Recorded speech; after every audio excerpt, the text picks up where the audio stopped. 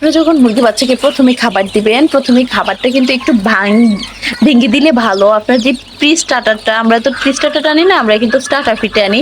তো এটাকে যদি হাতে একটু এভাবে মোচড় দেন তাহলে কিন্তু ভেঙে যায়। আর এভাবে যদি ভাঙার পরে এভাবে দেন তাহলে কিন্তু বাচ্চাটা প্রথম ছু করেই কিন্তু খায় নিতে পারে। তো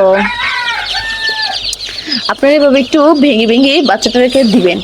প্রথম 3 দিন এরকম করে দিলে তো বাচ্চাটা তাড়াতাড়ি একটু বৃদ্ধি পাবে, একটু বেশি বেশি করে খাবে আর তাড়াতাড়ি বড় হয়ে যাবে। যদি এভাবে আপনি না ভাঙতে চান আপনি কিন্তু ব্লেন্ডারেও ভাঙতে পারেন। তো আমি যেহেতু খাবার দিব 3 বেলা, আমি তো সহজেই আপনার এরকম করে ভেঙে দিয়ে দিব। অবশ্য সহজ, কিন্তু তো বাচ্চাগুলো খাবার খাইতেছে। আলহামদুলিল্লাহ 120টা ডিম দিছিলাম, তো 120টা ডিম থেকে আমার 110টা বাচ্চাই ফুটছে।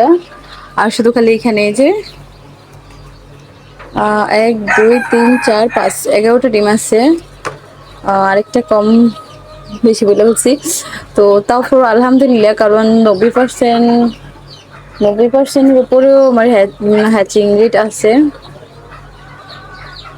তো সবাই দোয়া করবেন আমার এই বাচ্চাগুলোর জন্য, আমার বাচ্চাগুলোর জন্য সুস্থ সবল থাকে আর সম্পূর্ণ বাচ্চাগুলোর জন্য আমি টিকাইতে পারি।